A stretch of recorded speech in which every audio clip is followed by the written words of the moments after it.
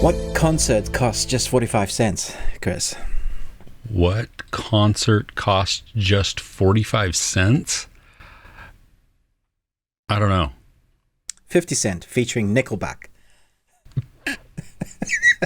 Oh, there it is. Finally. Dang it. The audio just took a second to load.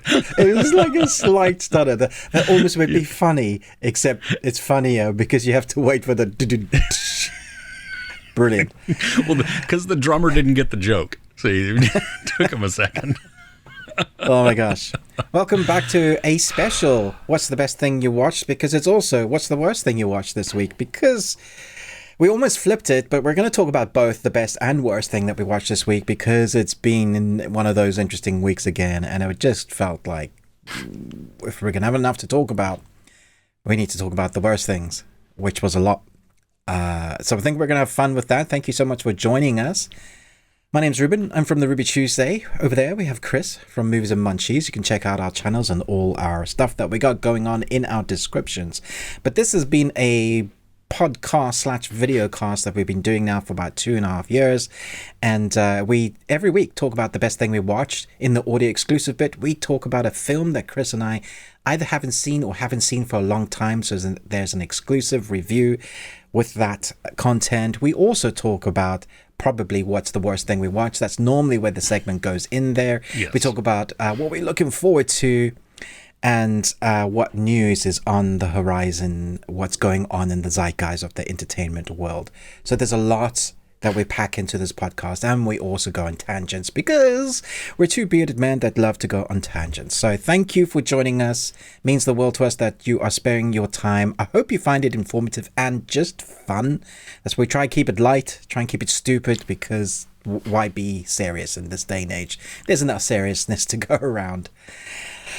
Every week we do a quiz that we started a while ago, a movie quiz that Chris basically is the helm of that now, and he does the 3 questions, and people try and guess the answers, and I most weeks just go, I thought I knew movies, but then Chris asked these questions and I don't recognize those quotes, and nobody's fired him in the comments yet, so he's just going to keep going until you guys fire him. So maybe in a couple of weeks time I'll do a poll on how much percentage you would like him fired. But until then, Power to the people. Chris, who won last week's quiz? Okay, like apparently last week was just way too easy because, yeah, all on the same day. Tara Briscoe, Red Comet, Chris Retzlaff, and Nostromo got them all right. And then the Bunny Dojo got 2 out of 3. So, oh, nice. Did you check on mine as well? I did. I did. Yes. And so it's nice. just, okay. Well, it's good, though. I mean, come on. We don't want it too hard, This just makes me feel right? bad because I only got like 2. So, well, that's not bad. Yeah. Okay, so the answers to last week, Cool Runnings, Home Alone, and then Planes, Trains, and Automobiles. And so the common tie theme within that was John Candy. This week have another... there is a theme to it, but it's probably going to throw you because not all of the quotes come from that. Well, no, they all come from the theme, but not necessarily what you might think it is. Right. That was stupid. Anyway, let's go. Are you ready? Would you like to guess? Yes? Okay, cool. All right, number 1. Doctor, question that's always bothered me and a lot of people. Mayflower, combined with Philadelphia. A no-brainer, right? Because this is where the Mayflower landed. Not so. It turns out Columbus actually set foot somewhere down in the West Indies. Little known fact. Cool. Okay. If he came to me, I would help him, but he wouldn't come to me. It's not his style. I recognize it. But yeah, it's a tiny, yeah. Okay. Number 3. All right, listen up, because I'm only going to say this once. Fear is a 4-letter word, ladies. You want to go pee-pee in your big boy slacks? Keep it to yourself. Did you say that with a straight face? Pee-pee in your big boy slacks? Nice. Great. Okay. All right. As always, let us know your answers in the comments below, and Chris will let us know who won and whether he's been fired or not. I'm going to ask a question. Yes. Last week, I asked what animal you wanted to turn into. Mm-hmm. You remember that? You chose... What did you choose? Between a kookaburra and a panda. And I chose a type of whale that lives 200 years. So that's cool. We're going with the same, but slightly different. What mystical animal would you want to turn into if you could? So you can take all the fantasy realms, choose one mystical animal. I had some interesting comments last week of like what people chose. So I'm interested to see what people would be this time around. Yeah, you know, I would say like a unicorn, but I think those could have existed. And funny fact, we were talking about this week because people don't believe that narwhals are real. I know, that's so funny. I mean, to be honest, if you've never seen a narwhal, you would think somebody just stuck a horn on their head. Sure, but we live in... Okay, anyway, it baffles me. You've seen a swordfish, right? But why is that? Have you seen the... there's this one... What is it?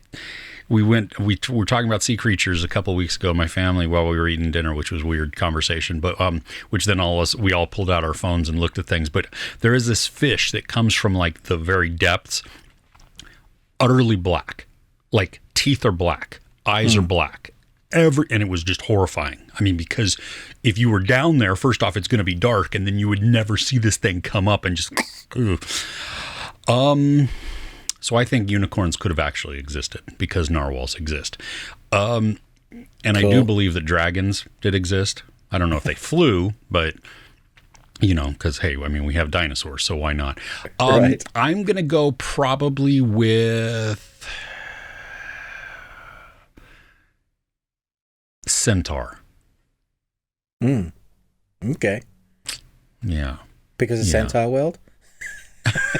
That did pop into my head after I said it, but Doug, or actually, I'd be a Moltar. That's Moltar.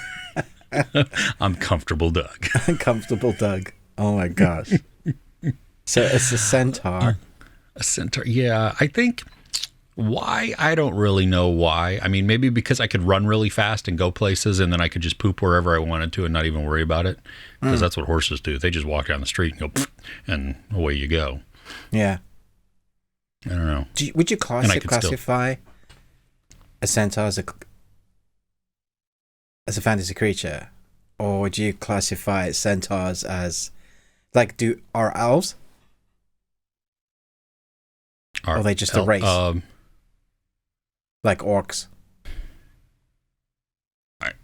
I mean... They're all fantasy compared to humans.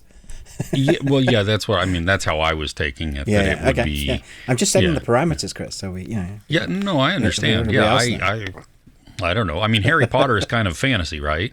And there's a centaur in Harry Potter. Yeah, well, there you go. Mm-hmm. Okay, there's my justification. Okay, so you'd be a centaur. What about you? Yeah, I mean, it's a really difficult one. I love so many. I think of Phoenix. I loved Phoenix. Ooh. They always have me interested in that. They have healing properties. They seem to have understanding. Like they're quite.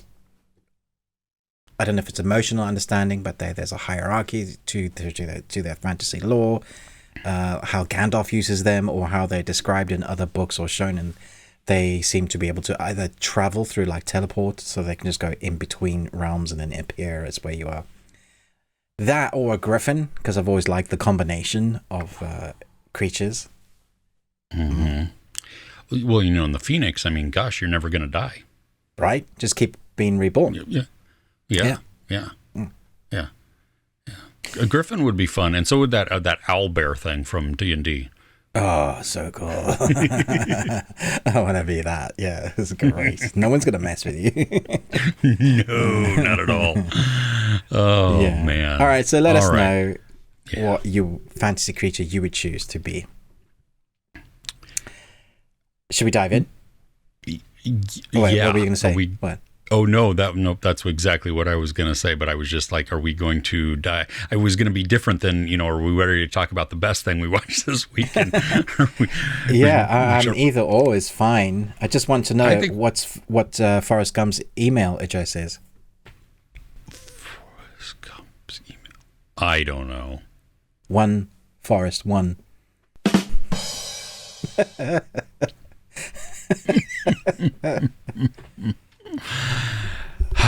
On the terribleness of that joke, should we talk about the worst things that we watched? I think so. That way we can end on kind of a high note. Yeah. All right. Let's talk about the one that's obviously hurt us the most this week, which I presume is Meg 2. Dude. My bar was set so low for this movie for enjoyment. I was really excited to go and watch this movie. I've seen the trailer. I knew it was going to be stupid. I just expected like a little bit better than the first one, like because it looked like they've been given more of a budget. So I thought if they can embrace that and then take the good stuff from the first one and then go what actually makes a good shark movie. When I came home, I said to Kirsten, "Well, that was interesting. This is an adjacent shark movie." Because the last 20 minutes are the shark movie. The first hour of like 40 minutes was just 10 other movies. I was so mad when we left. I mean, I was excited. So I took my whole family to see it, and there were no screeners. So we paid and we went, and it was just like, that is 2 hours of my life I can't get back. My wife, luckily, she was able to sleep through it.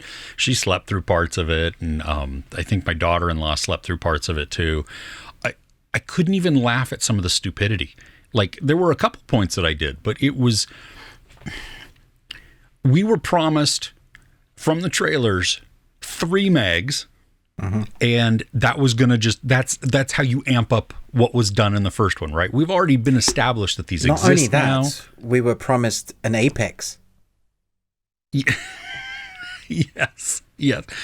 And they didn't do anything with that. And somebody in the comments actually reminded me too, what was up with the beginning where they show the strength of the suit where he punches through concrete, this huge concrete block? They never used that. Okay. The bar is set so low for this, right? We did not go in expecting anything great. I just wanted fun. I wanted a big shark movie with over the top action, Jason Statham doing stupid stunts, taking on all of these sharks. And you're right, for the last 20-ish minutes, that's kind of what we get. But before that, I mean, you have, what is up with that corporate espionage type of storyline? Who thought that it's like putting humans in Transformers movies. It's like, we want a shark movie. It's called The Meg. I want to watch a movie about The Meg, not about all these other people building stuff. I don't care about any of that. And you've also not given us any backstory for them, really. So why do I care about them? I don't know. Well, am I meant to be sad that you're dying? I don't know who you are. Who are you? Yeah, no, exactly. Yeah, I don't know who you are. I really think that they showed all of the best scenes in the trailer. Yes. I mean, they showed the girl who, she's on her cell phone and the Meg comes through the wall and, eats her.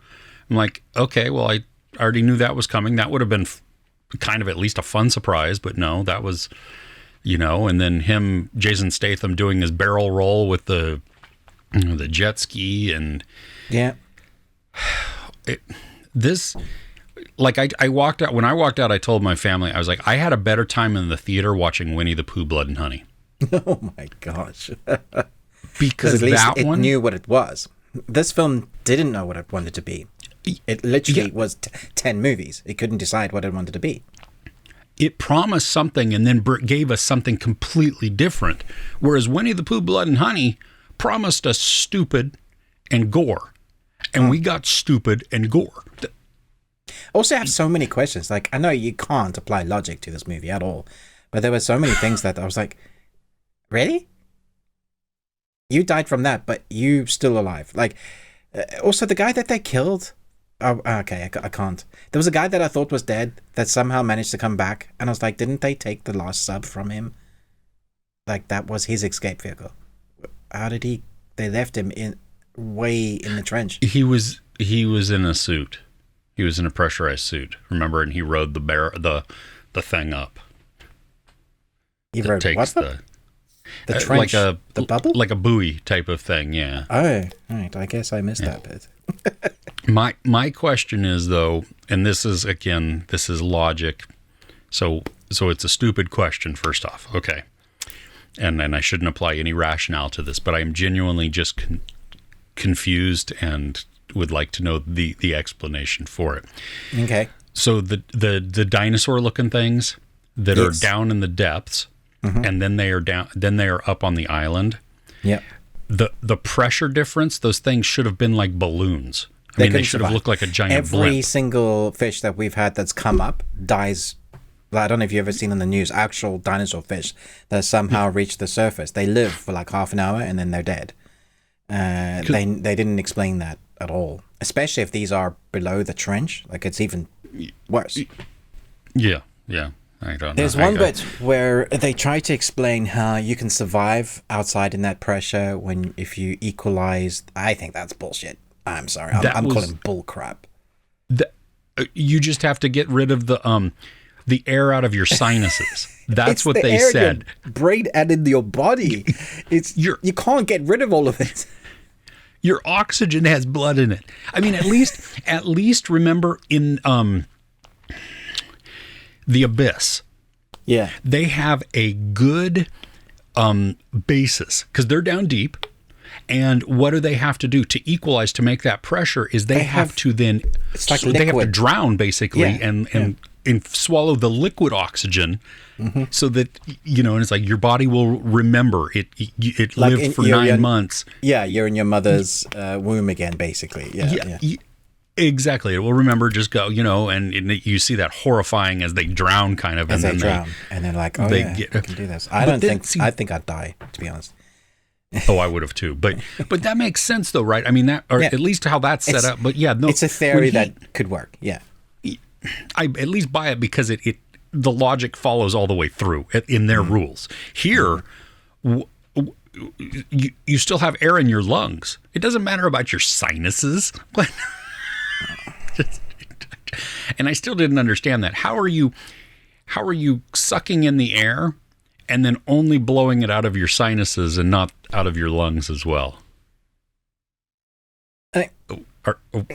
We have gone down a path of trying to apply logic to the dumbest film. Yeah, it's not going to work, Chris.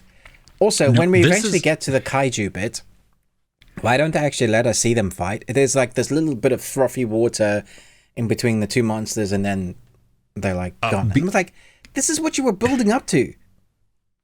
Because the CGI was not good, and you're in daylight now, so you have to. You can't hide it in the ocean.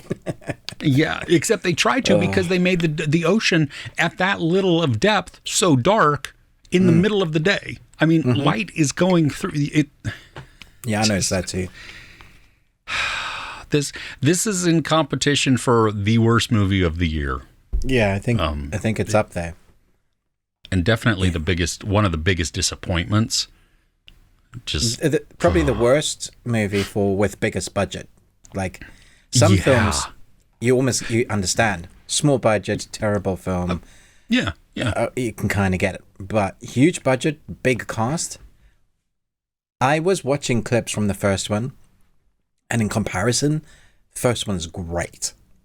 Like, I was like, holy crap, this is so much better than the second one. What happened? Right. And see, and the first one it's not good, but it's fun. No. Like I but there's also a more emotional, they actually make some emotional attachment. There's characters there that you care about. Yeah. In this one, I'm just like, I mean, they eat more people in this one, but I don't care. Well, the people aren't real in this one. There's no blood. There was more blood in the first one. than there was in this one. And the first one had barely any blood. When the whale, when the thing, the I say whale because it's as big as a whale. The Meg is going chomp, chomp, chomp, and I'm like, I don't care. Like it's a nice visual, but like, you needed to show an arm and somebody screaming and their head splitting in two or something. It needed to be visceral. So they catered for everybody, and then actually what they ended up doing is catering for no one. Yeah. Well, and I understand why they go PG-13 route versus R, but I've seen other PG-13 movies that are way more bloodier than that. Yeah, absolutely. This was animated violence. This wasn't even like, there wasn't anything real Talking about in it. anime, there's PG anime 13s that are way more violent, that have lots of like gore and blood and nudity and what have you. There's no excuse really for this film not to be good, because there's 10 expensive movies in here. They just needed to settle on one. Mm-hmm. Yeah. Okay. Anyway, what else was poo for you this week? Okay. I'm only going to be able to talk about a little bit of this, and I did not watch your review because I thought I was going to actually have the stamina to finish it.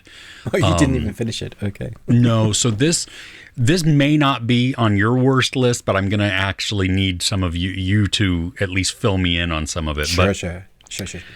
I was really looking forward to this movie because, I like zombie things. Mm-hmm. Zom 100, whatever the rest of it was, something of the dead. I got about 20 minutes into this, and I just did not care. I and I wanted to. So that was the thing. I was looking forward to it. First off, I wanted to see this, and then I was willing it to be better. You know what I mean? You know how you stick with things and you want them to be good, so you continue to watch them and you just hope that they're going to get better, or investing or whatever. So what did you think of it? Was this would this qualify as the worst, or maybe? It's interesting because I think in hindsight I'd probably even lower my score, because I had the ability to have seen half of the anime series first. So I think I was comparing, knowing what should have been in it and what the characters are actually like. So I was like, oh yeah, there's that bit which they didn't put in there. Oh yeah, there's that bit which they didn't put in there. Go ahead. We'll cut this audio part of mine out. Okay. Yeah, so... Actually, wait. Let me come right back. I'll be right back. Okay.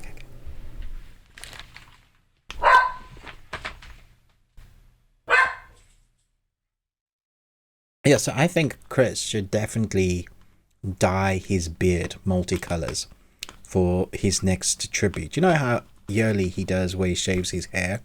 I think it would be quite fun if he shaves his hair and dyes his beard different colors. What do you guys think? Let us know in the comments. I think that is a great idea. If he does it, I will dye my hair, my beard different colors as well. Because that's just the best way to kind of change things up and make people really understand what you believe in. Okay. Where were we? Zom 100. Okay. Zom 100. Yeah, so the anime is continuing to air every episode. The thing that this movie does wrong, or maybe does right, I think it almost expects people to have watched the anime so that you can fill in the gaps yourself. Because there's literally 2 episodes, so you're talking about 40 minutes of our guy at the workplace, in the worst workplace ever. And the movie, it goes, he's had a terrible workplace, and it's like 10 minutes in and he's done. And it's like very little background as to the hardship that he's gone through. So by the time the zombie stuff kicks in, you are so ready for him to be free of the world, so that when he literally goes, Yatta! And the zombies suddenly come in with their colorfulness. And one of the big things that they didn't transfer into the movie is that the zombies are part of the artwork. Is like, instead of like gory blood, it's like pink, yellows, and blues. They should totally have just embraced that and kept it in. It would have been something different. So when you get in the movie, you're like, okay, so he's had a hard time, but the world has gone to zombies. Now, why do I care? I don't know if you've got any further, but there were a couple of characters that he joins. There's three of them that travel to get together eventually. You see that, and that's much more entertaining. There's a young girl that doesn't want anybody. She doesn't want to be reliant on anybody, which makes it interesting when she has to be reliant on them. There's his best friend. They were part of the American football team. He's the linebacker. I saw him having dinner with them. Yeah. Okay. So that Okay. they sort out their friendship and they go traveling and they hear about an aquarium that is a safe haven. And so that's the first half of the movie. Once you reach the aquarium, it's what's going on in the aquarium is the second half of the movie. Had you stayed until the end, you would have seen a creature feature that was so much better than the Meg. There was a shark that is something like out of Junji Ito's creations, because it's a shark with legs, zombie legs and feet, and they have a big fight with it, and it's awesome. And so had the film not embraced the craziness, there was the last 20 minutes that really worked, which was a lot of fun. And that's the sort of craziness they should have been embracing, what the anime is like. So they got it right for the last 20 minutes, but it does take its time getting there. Yeah, that was I wasn't sold on it, and that is a bummer because it because I did miss that shark. I kind of want you just to go back forward and just go watch that scene, because I'm going so to funny. Now because it's brilliant. Very intriguing to and you're also like, how is that working? That makes no sense. Well, yeah, I don't know. The way you were describing it with the characters reminded me a bit of Zombieland. You know? Oh yeah. You have so there is this journey and they're traveling, they're surviving. What I liked about the journey in this one, though, is that they start ticking off the list of the 100 things to do before you're dead. So there's a couple of montages of them, like even paragliding, all sort of stupid things while zombies are around. And I thought that really kind of knitted you in with the characters. So you kind of like the characters then, because they're giving time for you to spend with the characters. So when stuff goes wrong, you care about that. You care about it, yeah. The boss that's really sucky. He's at their aquarium, just to give you an idea of they do have a big bad that kind of works its way back in, which was great. I liked that a lot. I thought, I needed something else for me to. Zombies are a thing in the world, fine, but who else do I hate? Because then you have the good guys. Yeah, so not quite the worst thing, but almost there. Okay. Maybe I should have given it more of a chance. I don't know. I think. Can I move on? Yes. So very disappointing thing for me this week, and I'm surprised to be talking about it, because when I walked out, I thought, that was okay, and then the more I thought about it, I was like, that wasn't okay. Okay, so this is the new Ninja Turtles movie, Mutant Mayhem. The animation is beautiful. It's stunning. It also does its own thing, which I really liked. It's not quite the Spider-Man animation. It's not quite arcane. It's in between. It's when you're watching it, it almost feels like it's stop motion, beautiful from comic to screen. It's like you're watching a moving comic, but that has really artistic designs. If I talk about the positives, the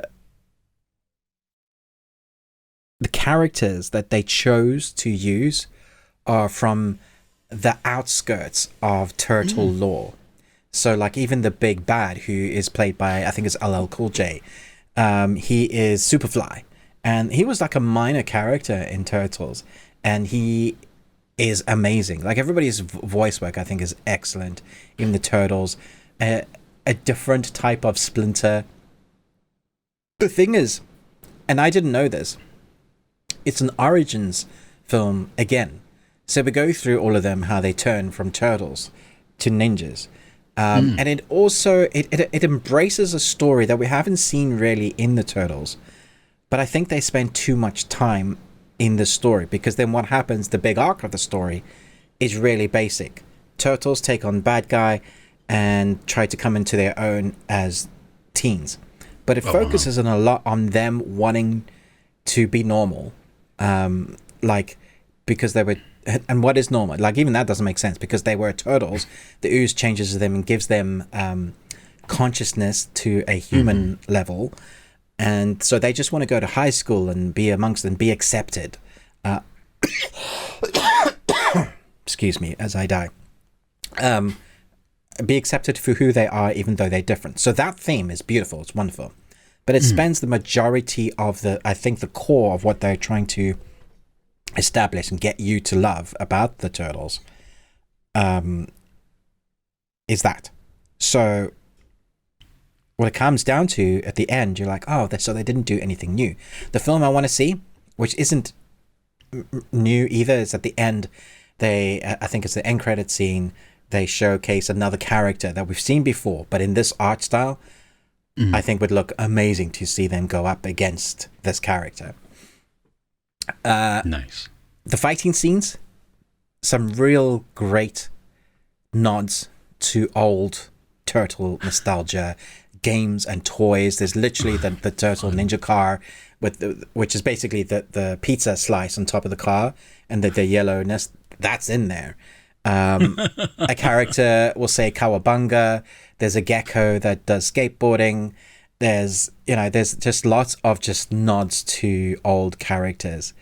It just doesn't have the heart I think they wanted it to. So they spend so much time on us, like the story of them wanting to be normal, is that they don't put enough heart and emotional content in there.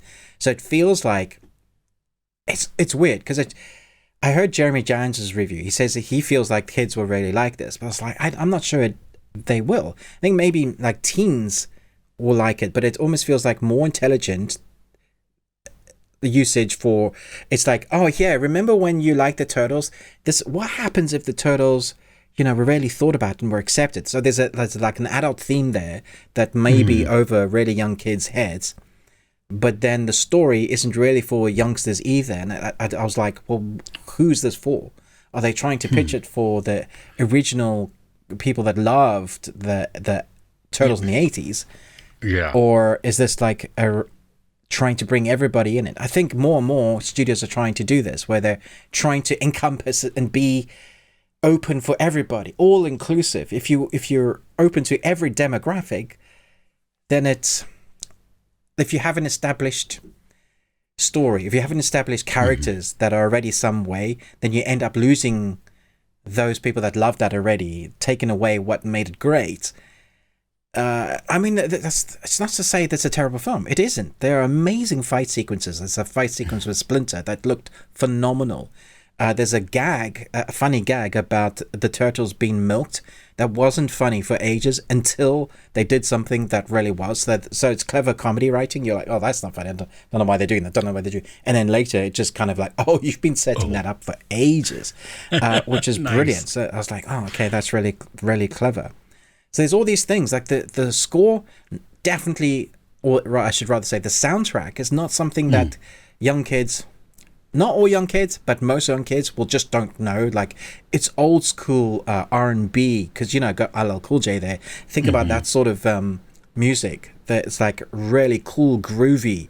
There's an art style, and with that art style comes this sort of score and music that works well for the theme, the tone that they're going for. So there's so much in this that I loved, and then I still came out feeling like meh, which was like kind of a disappointment. I've seen some people hail this as the greatest Ninja Turtle movie of all time, and that may be the case if this is the only Ninja Turtle movie you've seen, and perhaps the old 90s one. I'd be like, oh, okay. But even the 90s one I've got nostalgic time for, because it's practical, it's costumes, it's the dialogue and lines and the score and the acting that worked for its time, early 90s, late 80s. This, again, feels like it doesn't know where to put what genre, whose demographic to place itself in. One correction, Ice Cube. Not Ice Cube. Yeah. Not all rappers sound alike. They're not all the same. Yeah. Ice Cube. That's a bummer that it kind of misses the mark on, like, trying to appeal to every age group. Yeah. And because a lot of the time I just thought it was, oh, this is for adults. And then I was like, oh, this is so young. I think Pixar used to find a balance. It's a real art. Like, it's not easy to do. No. get adults to love what's going on because they understand the deeper meaning and the joke, but also to have the animation and jokes in there that kids love. Yeah, it's a tough. Not easy. Yeah, it's a tough gig to balance that out. Yeah, I'm glad though that the art style. I mean, that art style. Like when I saw the trailer, it's like, whoa, this is. I mean, we're watching. I love that things have been breaking the traditional animation style. You know, and so we've had like Arcane, and we've had Spider-Verse, and this, and you know, a handful of others that just they've said no, we're not sticking to the rules anymore. We can do mixed media within this, or different types, and Puss in Boots even. That was a great one too. Yeah, that was great. Yeah. Who knew a third part to a series that everybody thought was mediocre could end up being so good? Like, this third one is the best one in the series. Yeah. Yeah, you've got heart, you've got a villain, and then the art style is like, whoa. The villain is terrifying. Yeah, we are in a good time for animation. We are. I think the stories are not all consistent, but that's again the same with all movies. You know what I mean? And Spider-Man was going to be at the top of my list this year for animation, but I remember saying in my review, but only if we get to watch second part soon. And yeah, which now no date, so could be 5 years away or longer. Which I really thought they would have had the second part written at least, you know, that because you end mid-action, so it's not like you kind of have an idea where you're going, right? I mean, you have I don't know. Okay. All right. The next on my list, which is probably on your list as well, so there was a Polish action film. Oh, good Lord. I had actually forgotten about this one. Oh, Lord. Okay.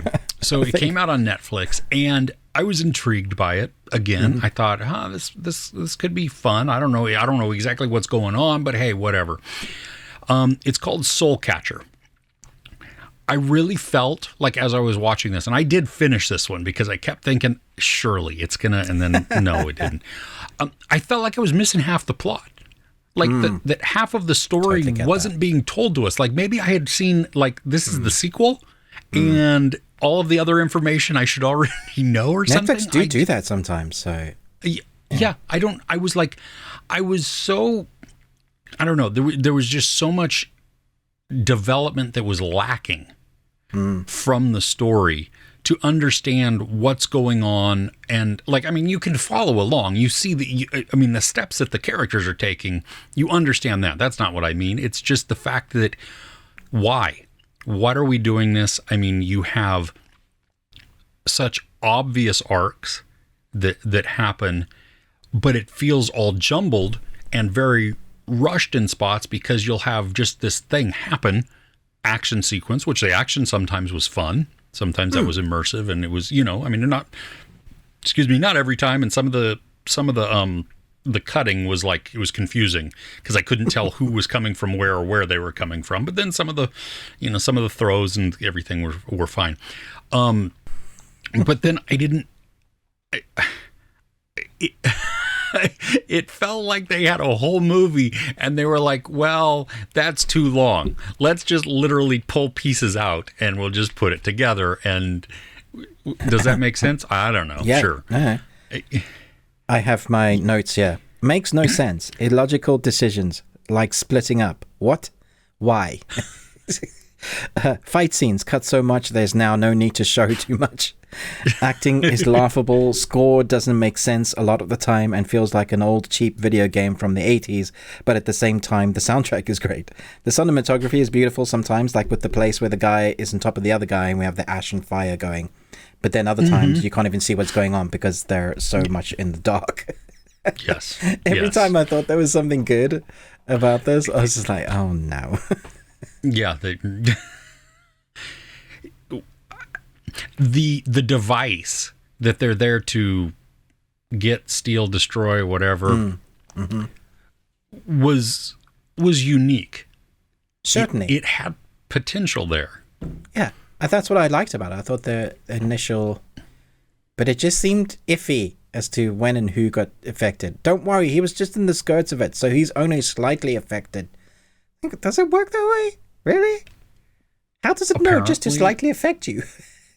Yeah, I don't. Yeah, the splitting up makes no sense. And they did that quite often. Yeah. There was a character that that maybe I blinked and missed it, but he looked like he was set up to be a traitor. And I don't know if I don't remember if he actually was or not, or maybe he just died. I don't really remember. The guy that joined the team? Yeah. Yeah, no, he was the traitor. He's the guy that shot someone else as well. Oh, that's right. Okay. See, that I was just like, he was obviously the traitor. Yeah, well, he was too. And then, the other guy has, who has the beard, who had the house that they go to recuperate at and everything. Yeah. He's so distrusting. Yeah. But then, I don't know. Yeah. None of it made sense, really. I saw a lot of people in the comments talking about how, like, finally the wife got rid of the husband. And I'm like, no, she betrayed him. Right? She was with another guy at the end. She'd gotten her life back at the expense of someone else, which is the whole thing that we're fighting against eventually.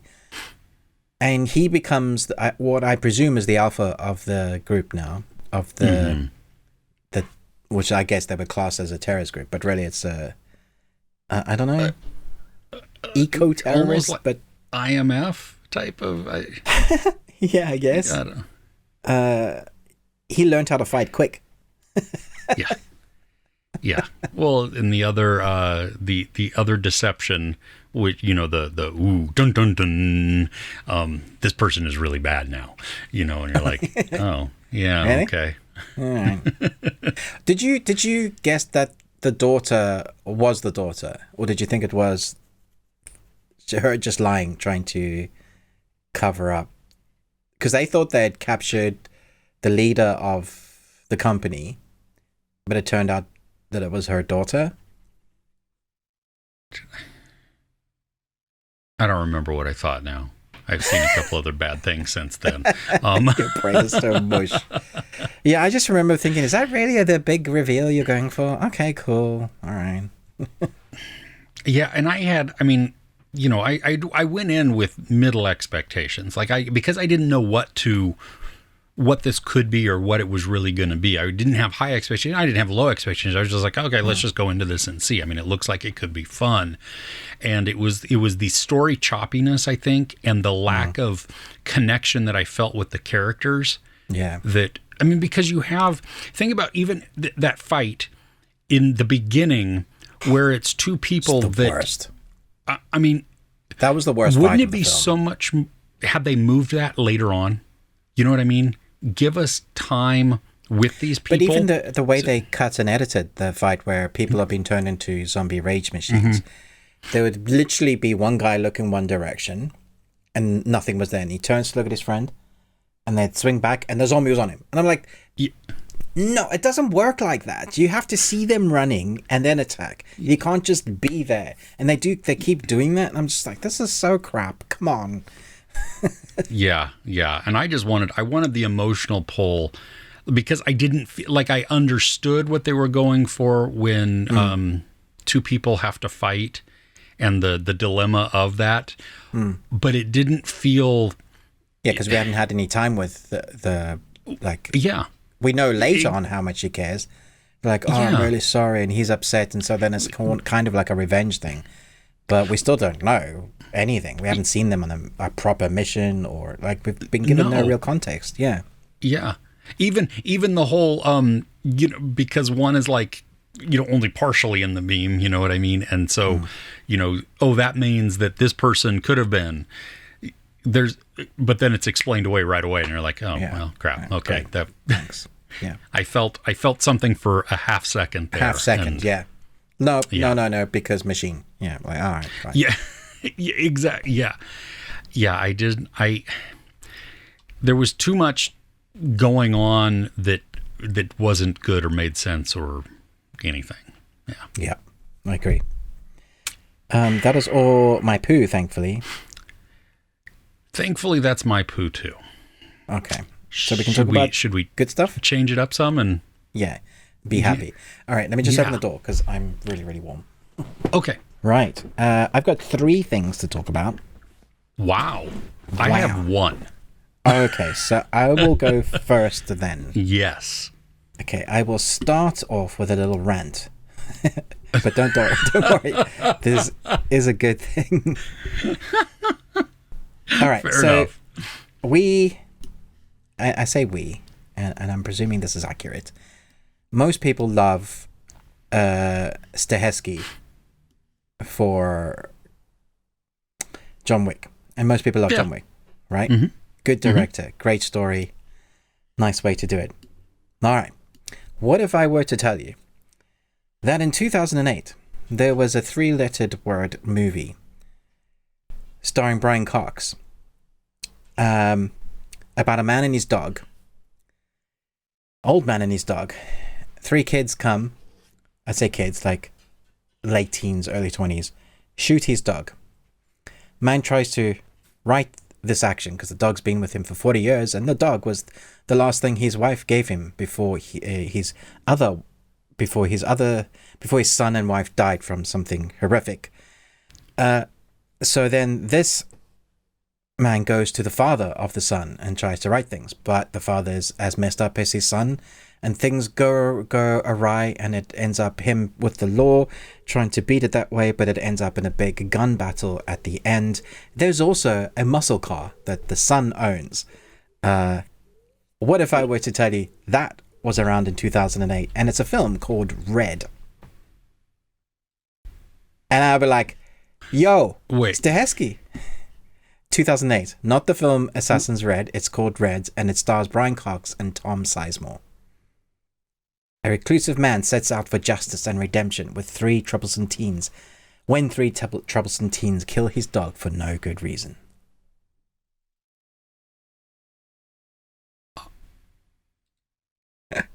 This is John Wick before John Wick.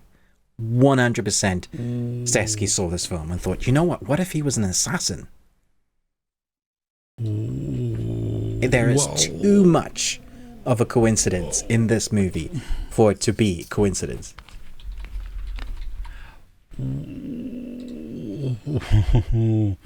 Okay, so Derek Kolstad wrote John Wick. Okay. And he definitely did not write He did not write. Steven Susko and Jack Ketchman wrote Red. Ooh, wow. Right? Did I just... And it's off of... Well, it's off a novel. Yeah. So, yeah. I don't know. Let me know if you guys have seen the movie Red. Not the ex-Assassins movie, but one in 2008. Before it the also has Brian movies. Cox in it, though. That also has Brian Cox in it. And it stars a few other actors in it that you'd be like, oh, wow. It's got Noel Fisher, Kim Dickens, Richard Rayl, you recognize him. Obviously, Tom Sizemore. So a few others. Kyle Gallner. Yeah. Yeah, that... Robert Englund. What? Oh, my gosh, yes. Yeah. Okay, so apart from all of that, it's actually good. It's obviously much slower pace. It's not an assassin film, but he was in the military at one point. He has a certain way of being. He wants to make things right. He's not going to let things go. There is a scene where he's telling his story of what happened to his wife and son. Dude, I'm sure that's what they used in the script when they were trying to get people to act for the lead role as Brian Cox's character. They wanted to see what people could act. It's a long monologue, but the camera pans in slowly. It's like starts at like medium wide and eventually ends up just on his face as he's telling this story. And it's an incredibly harrowing story. But if you've ever seen Brian Cox pull out something deep dark and emotional, which I'm sure you have because he's been around for a while. He does such a great performance. It is old and it feels like a TV movie. When you watch it, it's like, yeah, this could have been aired on TV like first time. But I was surprised. It's just very good.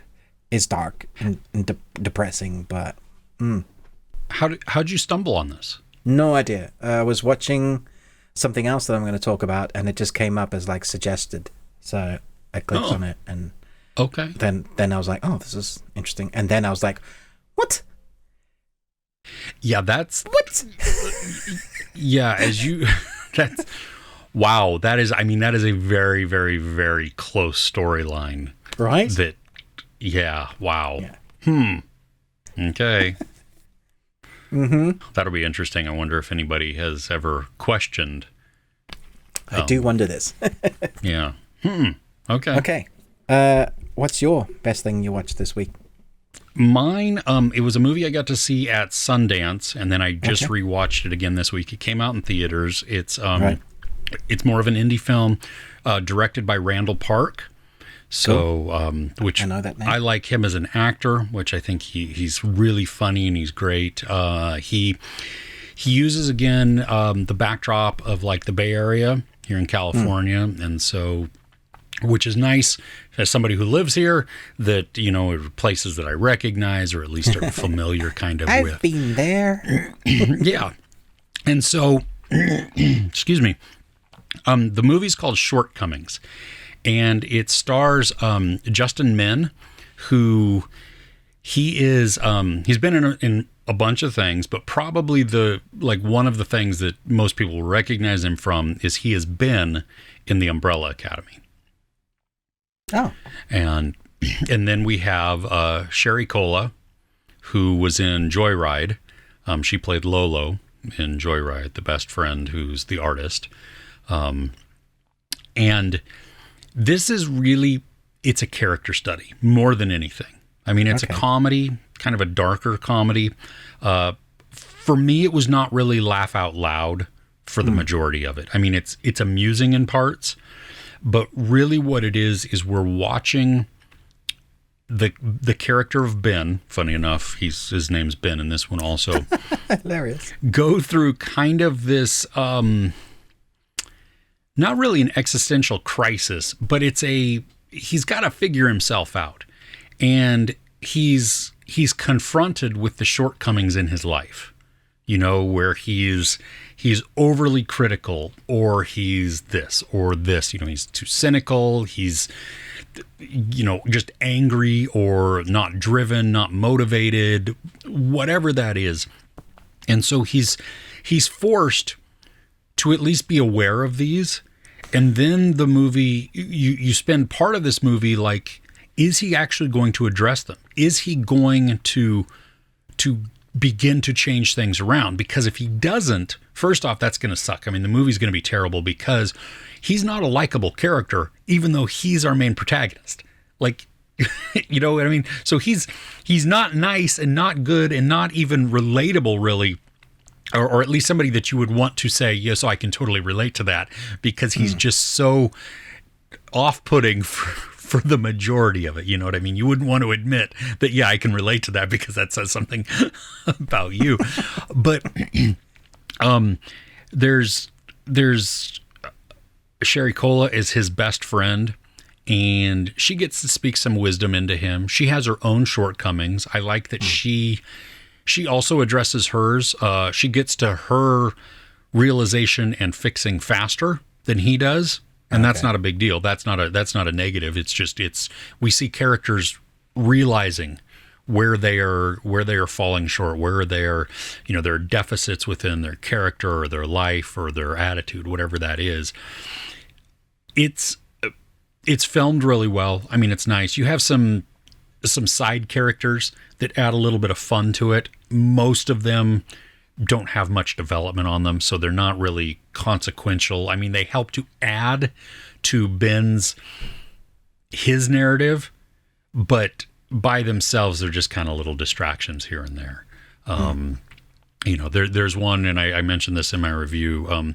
Ben manages an art house theater, and Jacob Batalon is one of the employees Sawyer's there. in this, yeah. Yeah, and they're sitting there talking, and him and this other guy, the guy from Cocaine Bear, I can't remember, Stice is his last name, I think, or Strice.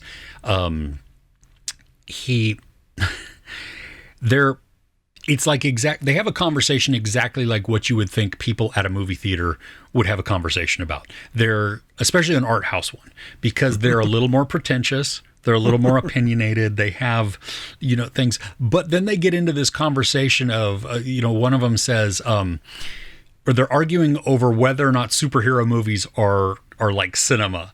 And Jacob Batalon and he's like, but the Superman movie was really, really good. Yeah. Or not Superman, sorry, Spider-Man. Okay. And which is like, oh, good for you. You inserted that. That was funny. And, keep going there. The movie it's heartwarming in spots.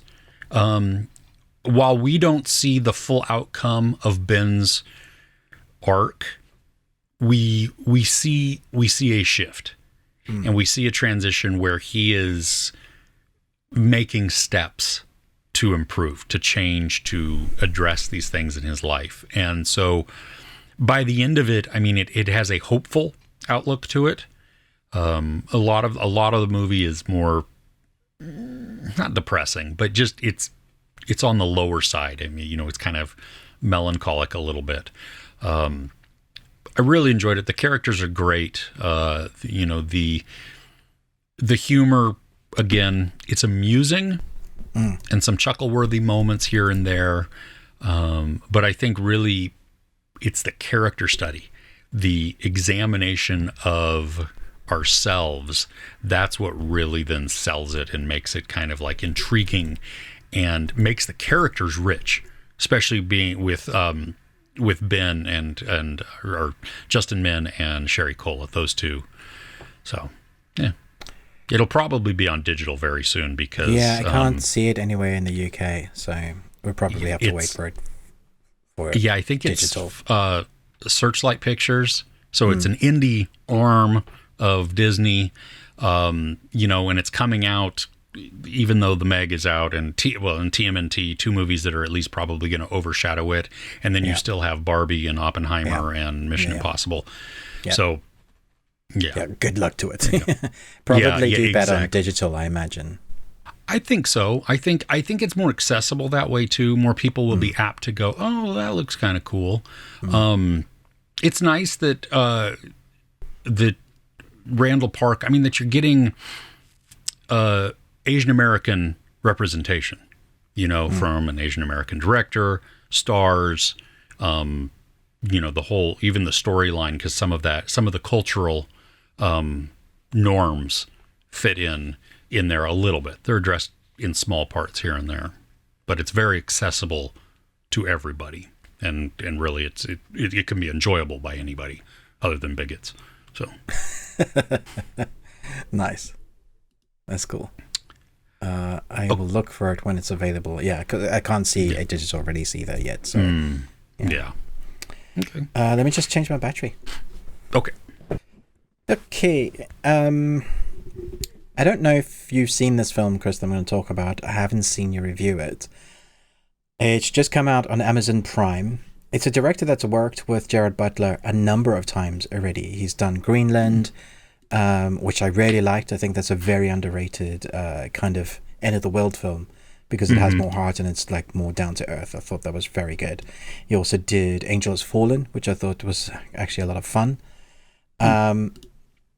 This one, I was very surprised at how good it was. Mostly because it's a story we've seen done a number of times, but it's because of the angles of the storylines of what it takes. So you're with your protagonist, but you see what happens with all the others that are interacting with your protagonist. You get to see their kind of stories as well, and how what our protagonist is doing affects them. So it's called Kandahar. It stars Gerard Butler. It's a CIA operative, and his translator flee from special forces in Afghanistan after exposing a covert mission. So it's directed by Rick Roman War, and stars a number of people who you will recognize but maybe don't know, like, oh, I recognize them from somewhere. One of the others who's also pretty good in this, doesn't have a huge role, but when he's on screen he's great, Travis Fimmel. You'll know him from some of our favorites, Warcraft, Vikings, just loads. Like, people who know Travis will be like, hey, it's Travis. Obviously Vikings is one of the bigger ones that people will know him from. Beautiful blue eyes, a very good looking man. It's unfair. So we start off with that traditional, we have a couple of spies undercover, and they're trying to take down an underground nuclear facility, and these spies have their aliases exposed. So now Jared Butler and his translator have to make it a certain distance.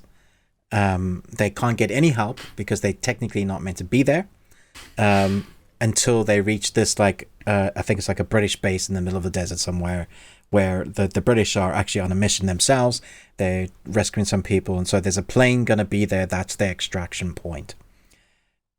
In amongst that, we see all these agencies that are trying to capture, because now their faces on the news in like Kandahar and the surrounding places, that these are the guys that, like, destroyed our facility.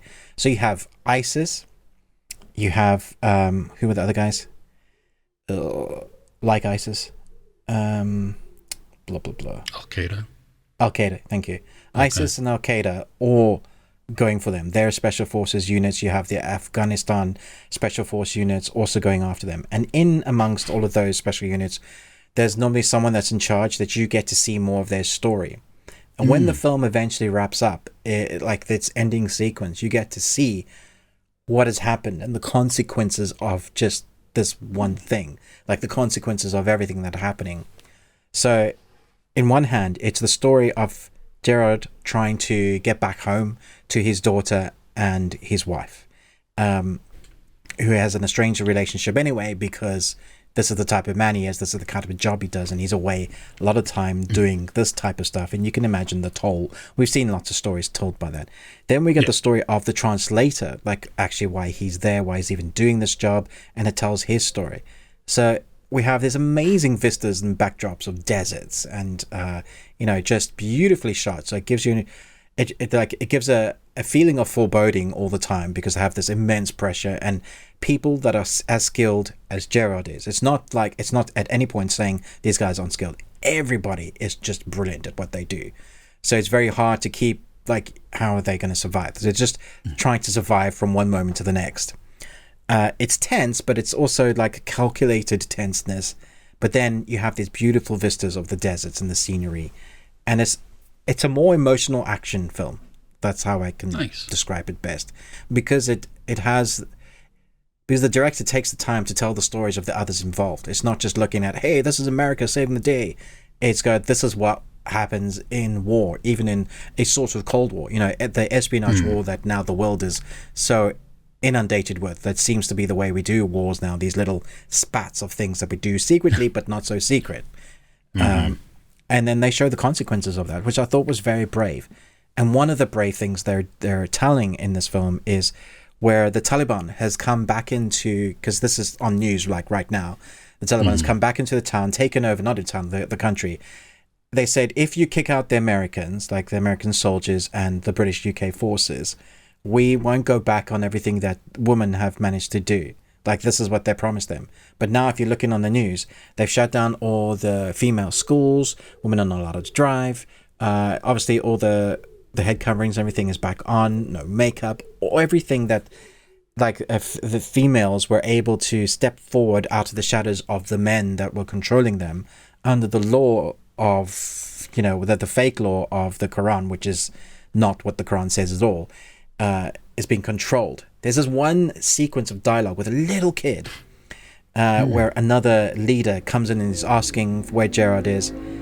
And this kid says, I make IEDs, he's literally probably 10. He said, I can make IEDs, I can fire AK-47s in this grenade launcher, I stop the infidels from coming towards. And he says, well, who told you this? And I said, but my leaders. And said, because they speak from the Quran. And it was such a powerful moment because he wasn't American. He was, I guess, a bad guy. He was saying, but that's not what the Quran teaches. Have you read it for yourself? And he said, maybe you should read it for yourself before you let others control you. And it was such a powerful moment. I just thought, dang. Like, so it has themes and messages in amongst the great action in the film. I was just really surprised. I was like, wow, Gerard is still doing his thing. Action man, anti-hero, which he does so well. He holds emotion, but then you come with a director who has a story to tell that's way more entertaining than I thought it was going to be. I missed this when it was out on theaters here. And so now it's cool that it's available on digital. I had to check this out because I don't even think it came to cinemas here in the UK. Oh, really? It just didn't do it at all, huh? No. Yeah, no, it looked kind of cool. I just didn't know much about it, and so it wasn't one of those, high priority I'd heard nothing. Things. It just came up on Amazon saying, hey, this is the new one from Gerard. It's like, oh, he's sometimes good. Let's give that a go. Yeah. Oh, that's cool. Okay. Well, good suggestion. Thank you. Yeah. All right. Now, I have my last one, because you don't have any more, right? I don't have any more, no. I have a very special one for you, Chris. Okay, I'm very excited to talk about this one. And a few of our listeners will be excited that I'm covering this one. So, there's a couple of our Patreons that are Star Trek fans. Oh, They've been asking us to cover Star Trek for a bit, even in our Patreon sections, but I know they listen to this podcast.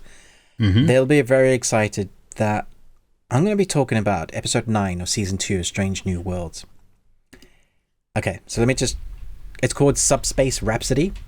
An accident with an experimental quantum probability field causes everyone on the USS Enterprise to break into song, but the real danger is that the field is expanding and beginning to impact other ships, allies, and enemies alike. Dude, this is an hour and 6-minute musical. It's phenomenal. I love musical episodes.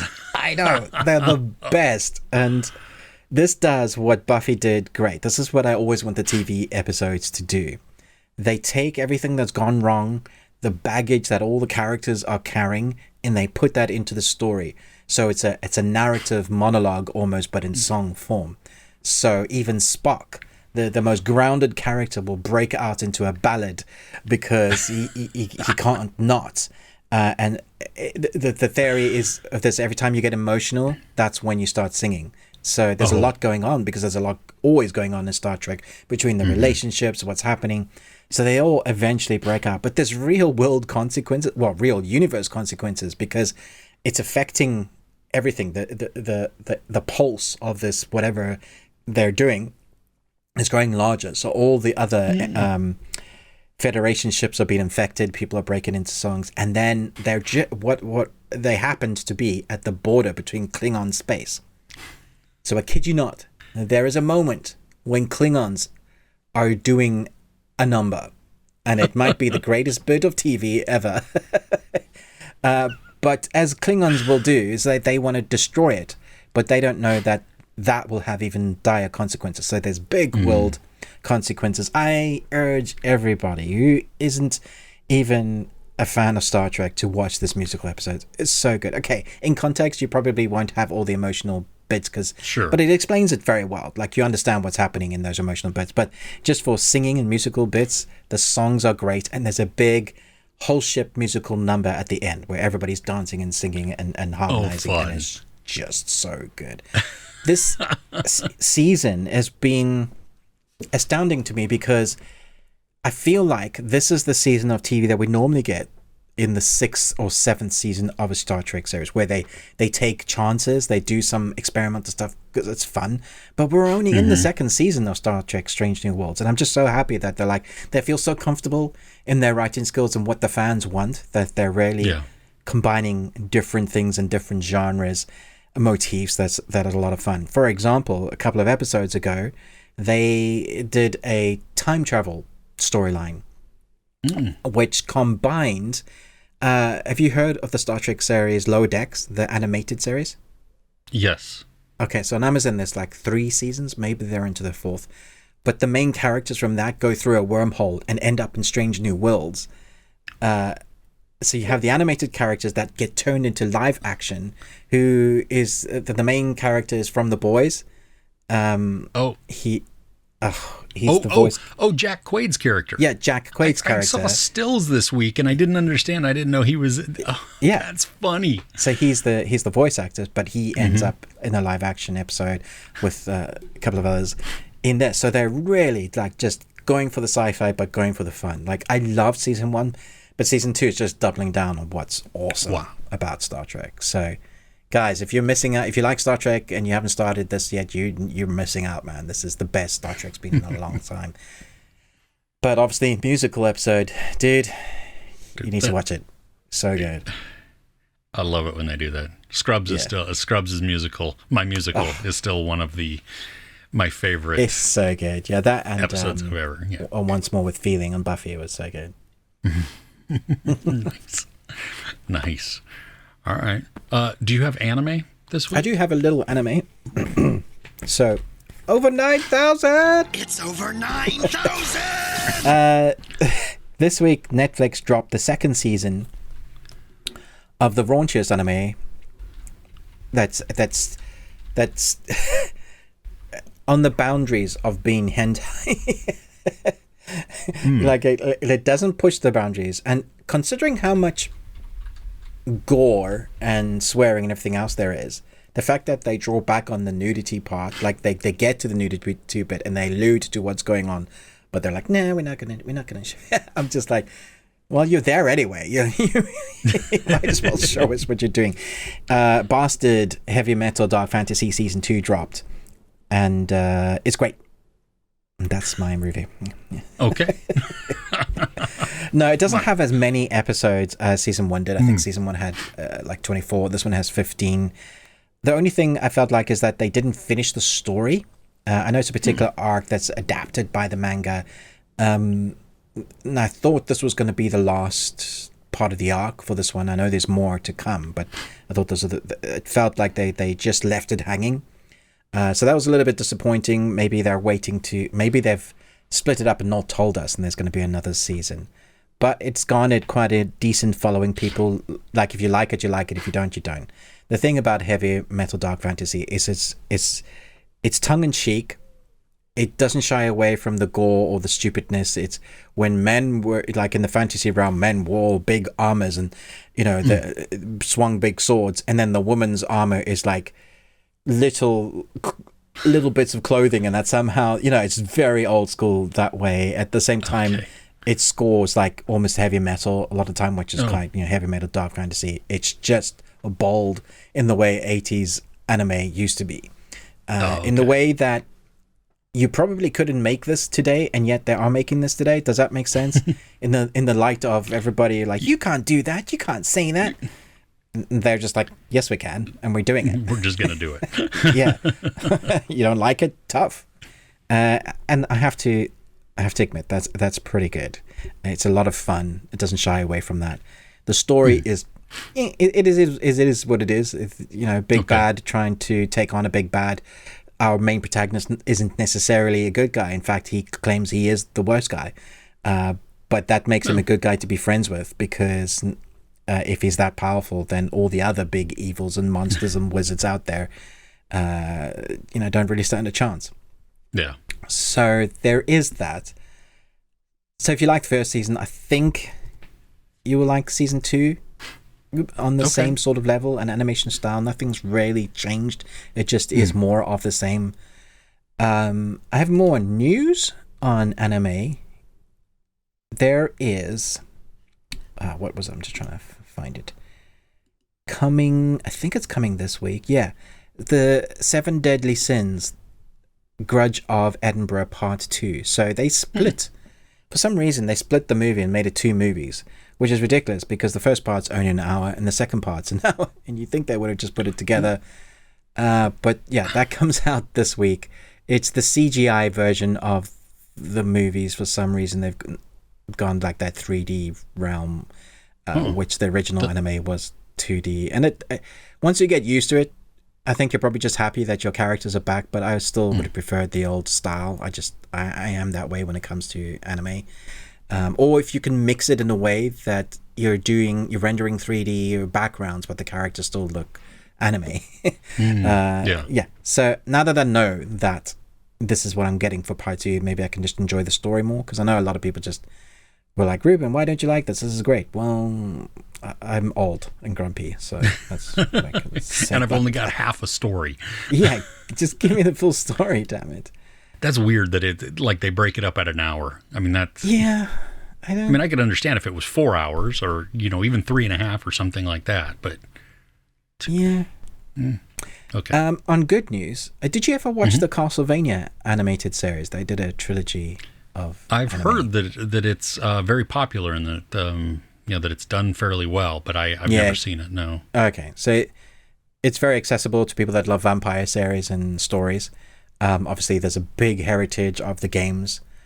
People love the games, and when I came into this, I was like, wow, this is actually very good, and the story gets darker and crazier, but you do love the characters. So we had a trilogy, and I didn't know that we're getting any more, but this is Castlevania Nocturne, comes out 28th of September. France, 1972, begins a new animated series in the Castlevania universe from showrunner Kevin Cold, who did the original Castlevania, and Clive Bradley, who did Trapped. I don't know what that means. So I'm interested. I think this is a prequel, maybe? Okay. But anything in that universe, I'm very excited about. Yeah, there's a new anime coming, I think it's this year, it's pretty soon, called Akuma-kun.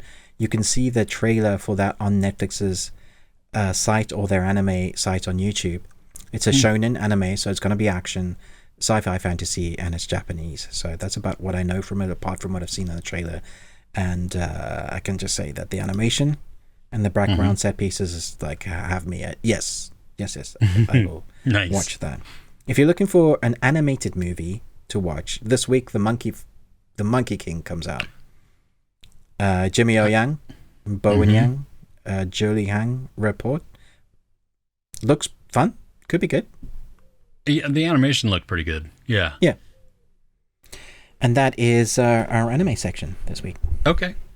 Cool. Anything else? Nope. All right. Well, hey, we thank you for tuning in, for listening, for sitting through some of the worst things we watched this week. Hopefully they were at least cautionary tales so that you don't put those on your watch list. If you did happen to see any of them, we would love to know your thoughts. Did you agree with us? Did you not agree with us? All comments are welcome. Don't forget, we have a Patreon opportunity at patreon.com/thebeardedones. The entry price is only £1. Gets you all access to all of the videos that we have, which there's over 60 of them. We have a few more tiers after that give you additional perks. But yeah, just head over to that. It's on the screen. It's in the description. And patreon.com/thebeardedones. Like Ruben said at the beginning, like, share, subscribe. Our YouTube channels, depending on which one you're watching, head over to the other one and do that. Ruben with the Ruby Tuesday, me, Chris, Movies and Munchies. Coming up in our full audio portion, we are going to be talking about more news, the things that are coming out this week. And then also we're going to be discussing a movie that I had never seen before. Last week I watched my first ever Studio Ghibli film, and this week I watched another Studio Ghibli film. So two in a row. And so we're going to be talking Howl's Moving Castle. So yeah, if you want to see that, yeah, you can listen wherever you happen to check out podcasts. We're on just about every platform. All you have to do is search The Best Thing We Watched This Week. We're there. If you do go there, and you never have before, if you could rate and review us also, that would be huge. With that, yeah, we will see you next week. All right? Take care.